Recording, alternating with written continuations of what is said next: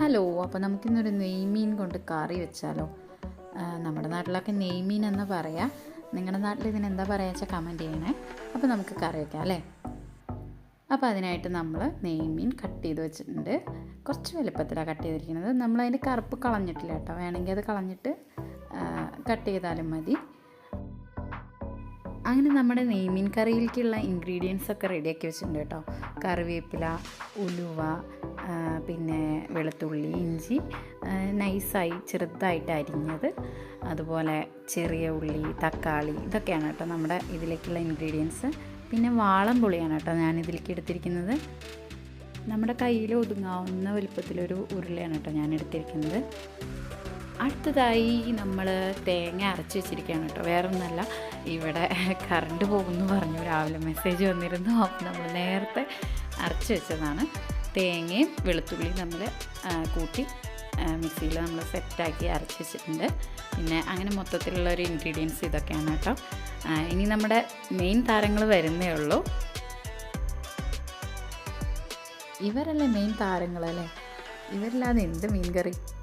അപ്പോൾ നമുക്ക് കുറച്ച് മഞ്ഞൾപ്പൊടി എടുക്കാം, ഒരു 1/4 ടീസ്പൂൺ കേട്ടോ. പിന്നെ നമ്മുടെ എരിവിന് എങ്ങനെയാണ്, ഓരോരുത്തർക്കും ഓരോ തരമാണല്ലോ എരിവ്. അപ്പോൾ നമ്മൾ അതിനനുസരിച്ചിട്ട് മുളക് പൊടി ഞാനൊരു 3 ടീസ്പൂൺ എടുത്തിട്ടുണ്ട്. വേറെ കാശ്മീരി ചില്ലിയൊന്നും ചേർക്കുന്നില്ല. അപ്പോൾ നമ്മൾ നല്ല മില്ലിൽ നമുക്ക് പൊടിച്ച് കിട്ടുന്ന നല്ല സൂപ്പർ മുളക് പൊടി, പിന്നെ 1 ടീസ്പൂൺ മല്ലിപ്പൊടി. അപ്പോൾ നമുക്കിതൊന്ന് വഴറ്റാം. അതായത് വഴറ്റുന്നതോട് കൂടെയാണ് ഞാനിത് ചൂടാക്കാറ്, അല്ലാതെ സെപ്പറേറ്റായി ചൂടാക്കാറില്ല. വേണമെങ്കിൽ അങ്ങനെ ചൂടാക്കാം. അപ്പോൾ നമ്മൾ ചട്ടി വെച്ചിട്ടുണ്ട്. നല്ല മൺചട്ടിയാണ് കേട്ടോ. മൺചട്ടിയിൽ വെക്കുമ്പോൾ വേറൊരു സ്വാദല്ലേ. അപ്പോൾ നമുക്ക് ഗ്യാസ് കത്തിക്കാം. അങ്ങനെ നമ്മുടെ ചട്ടി ചൂടായി വരുന്നുണ്ട്. ഇനി നമ്മളിതിലേക്ക് എണ്ണ ഒഴിച്ചു കൊടുക്കാൻ പോവാണ് കേട്ടോ. അടുത്ത് നമ്മൾ അരിഞ്ഞ് വെച്ച വെളുത്തുള്ളി, ഇഞ്ചി ഇട്ട് കൊടുക്കണം കേട്ടോ. അപ്പോൾ എണ്ണ നല്ല ചൂടായി വന്ന് വെളുത്തുള്ളി, ഇഞ്ചി ഇട്ടിട്ടുണ്ട്. ഇനി അതൊന്ന് ചെറുതായി ബ്രൗൺ കളറാവട്ടെ.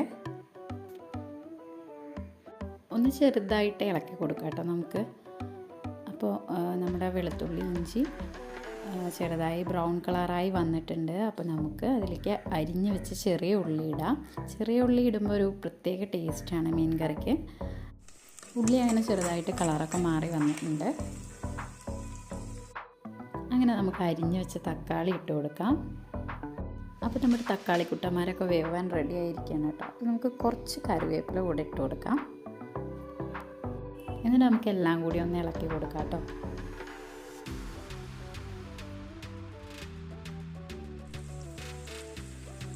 അപ്പോൾ നമ്മുടെ തക്കാളിയൊക്കെ നന്നായിട്ട് ഉടഞ്ഞ് വന്നിട്ടുണ്ട് കേട്ടോ. അപ്പോൾ നമുക്കിനി ഇതിലേക്ക് മല്ലിപ്പൊടി, മുളക് പൊടി, മഞ്ഞൾപ്പൊടി ഇതെല്ലാം ചേർത്ത് കൊടുക്കാം.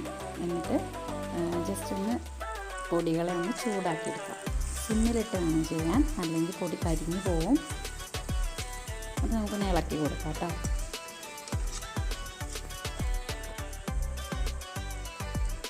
പൊടി അങ്ങനെ നന്നായിട്ട് ചൂടായി വന്നിട്ടുണ്ട് കേട്ടോ. നമ്മൾ പറയില്ലേ മഞ്ഞൾപ്പൊടിക്കും അതുപോലെ മല്ലിപ്പൊടിക്കൊക്കെ ഒരു പച്ചമണം ഉണ്ടാവുമെന്ന് പറയില്ലേ, അത് പോയിട്ടുണ്ട്.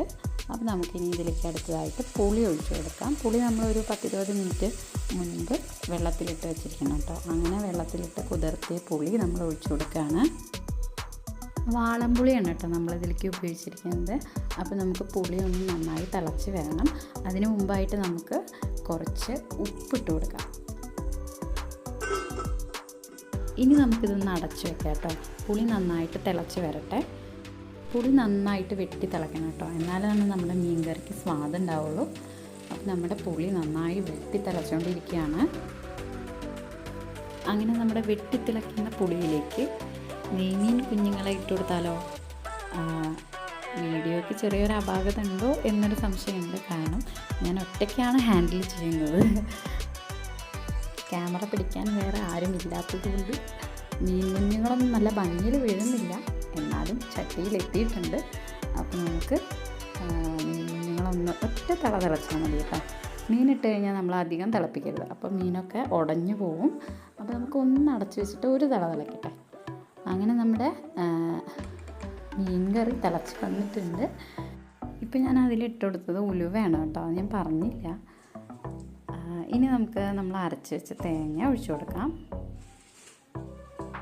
ഏതാണ്ട് നമ്മളൊരു തേങ്ങയുടെ പകുതി എടുത്തിട്ടുണ്ട് കേട്ടോ. ഇവിടെ എല്ലാവരും അത്യാവശ്യം കറി ഒഴിച്ച് കഴിക്കുന്ന ആൾക്കാരാണ്. അപ്പോൾ നമ്മൾ അത്യാവശ്യം കറി വേണം. അങ്ങനെ തേങ്ങ ഒഴിച്ചതിന് ശേഷം കറി തിളച്ച് വന്നിട്ടുണ്ട്. ഒരു തള തന്നെ തിളയ്ക്കുള്ളൂ. അങ്ങനെ നമുക്കിത്തിരി കറിവേപ്പിലയും കൂടെ ഇട്ട് കൊടുക്കാം. അപ്പോൾ നമ്മുടെ മീൻ കറി, സൂപ്പർ മീൻ കറി ഇവിടെ റെഡി ആയിട്ടുണ്ട്. കണ്ടോ, എണ്ണയൊക്കെ നന്നായിട്ട് കറിയുടെ മേലെ ഇങ്ങനെ ഊറി വന്നിട്ടുണ്ട്. അപ്പോൾ നമ്മുടെ നെയ്മീൻ കറി ഇന്ന് അടിപൊളിയായിട്ട് ചോറിനൊപ്പം കൂട്ടാൻ പറ്റിയ ഒരു ഐറ്റമാണ്. അപ്പോൾ എല്ലാവരും ഒന്ന് ട്രൈ ചെയ്ത് നോക്കണം കേട്ടോ.